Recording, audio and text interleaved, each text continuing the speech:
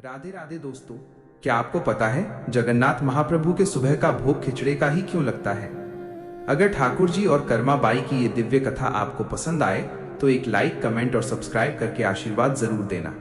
ये कथा भक्त शिरोमणि कर्मा बाई की भारतीय भक्ति इतिहास की सबसे सुंदर और भावुक कथाओं में से एक है। ये कहानी हमें सिखाती है कि भगवान 56 भोग के नहीं बल्कि केवल शुद्ध प्रेम और भाव के भूखे होते हैं। यह कर्मा बाई की विस्तृत कथा है। यह घटना लगभग 450-500 साल पुरानी है। राजस्थान के नागौर जिले में कालवा नामक एक गांव है। वहां जीवनजी जाट नाम के एक महान कृष्ण भक्त रहते थे। उनकी एक बेटी थी कर्मा बाई। कर्मा बाई बचपन से ही अपने पिता को ठाकुर जी की सेवा करते देखती थी, इसलिए उसके मन में भी कृष्ण के प्रति अटूट प्रेम और भक्ति बचपन से ही बस गई थी। एक बार कर्मा बाई के माता पिता दोनों को ही किसी तीर्थ यात्रा पर जाना था।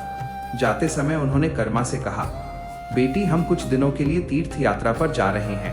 ध्यान रखना कि हमारे घर के जो ठाकुर जी हैं उन्हें रोज सुबह स्नान कराकर भोग जरूर लगाना और ठाकुर जी को भोग लगाकर ही तुम भोजन करना।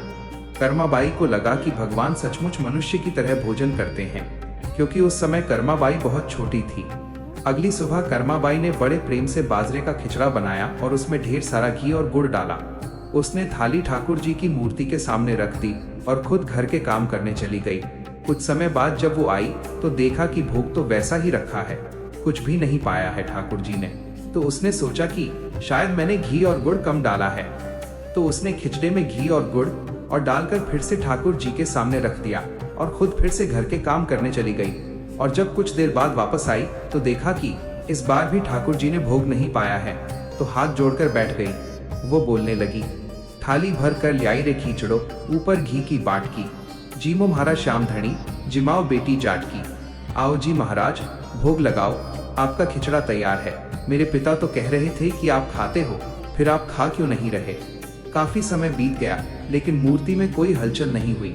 सुबह से शाम हो गई तो कर्मा को लगा कि शायद भगवान उससे नाराज हैं या उन्हें खिचड़ा पसंद नहीं आया। वो रोने लगी और कहने लगी, ठाकुर जी, अगर आपने नहीं खाया तो मैं भी भूखी मर जाऊंगी। जल्दी आओ, ठंडा हो जाएगा तो स्वाद नहीं लगेगा। तो ठाकुर जी ने उसके भाव को देखकर सोचा कि यह भी भोजन नहीं पाएगी जब तक मैं भोग नहीं लगाऊंगा और ये छोटी भक्त भूखी मर जाएगी। कर्मा की ऐसी निश्चल और हठभरी भक्ति देखकर भगवान का सिंहासन डोल गया। कर्मा की पुकार सुनकर स्वयं भगवान श्री ठाकुर उस मूर्ति से साक्षात प्रकट हो गए। उन्होंने बड़े चाव से बैठकर वो बाजरे का खिचड़ा खाया। कर्मा ये देख बहुत खुश हुई और उसने भी भगवान का बचा हुआ प्रसाद ग्रहण किया। जब तक उसके माता पिता वापस नहीं आए ये सिलसिला रोज चलता रहा।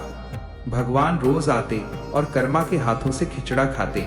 जब कर्मा के माता पिता तीर्थ यात्रा से लौटे तो पिता ने कर्मा से पूछा, बेटी, क्या तुमने ठाकुर जी को भोग लगाया था? कर्मा ने सरलता से कहा, हाँ पिताजी, वो तो रोज आते हैं और बड़े मजे से खिचड़ा खाकर जाते हैं। पिता को विश्वास नहीं हुआ।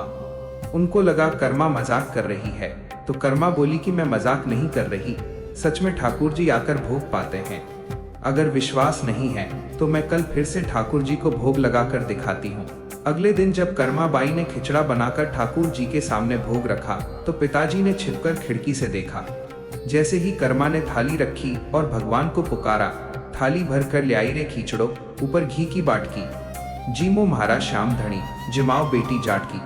तो देखा कि एक दिव्य हाथ मूर्ति से निकला और खिचड़ा खाने लगे।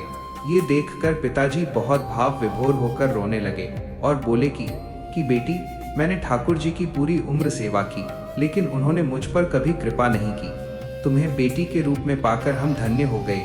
बेटी, वो समझ गए कि उनकी बेटी की भक्ति उनसे कहीं ज्यादा महान है।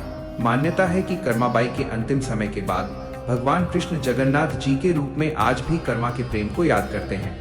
ओडिशा के पुरी जगन्नाथ मंदिर में आज भी एक विशेष परंपरा है।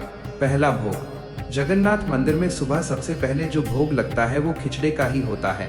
कहा जाता है कि भगवान इतने उतावले रहते हैं कर्मा बाई की खिचड़ा खाने के लिए कि वे सुबह बिना मुंह धोए, बिना किसी बड़े अनुष्ठान के सबसे पहले खिचड़ा ही मांगते हैं। इस कहानी से हमें ये सीख मिलती है कि भगवान को पाने के लिए बड़े बड़े मंत्रों या कठिन तपस्या की जरूरत नहीं है। अगर आपका मन साफ है और पुकार में सच्चाई है तो भगवान को आपके सामने प्रकट होना ही पड़ता है। अगर आपको यह कथा पसंद आई है तो चैनल को लाइक, कमेंट और सब्सक्राइब जरूर करें। जय जगन्नाथ महाप्रभु।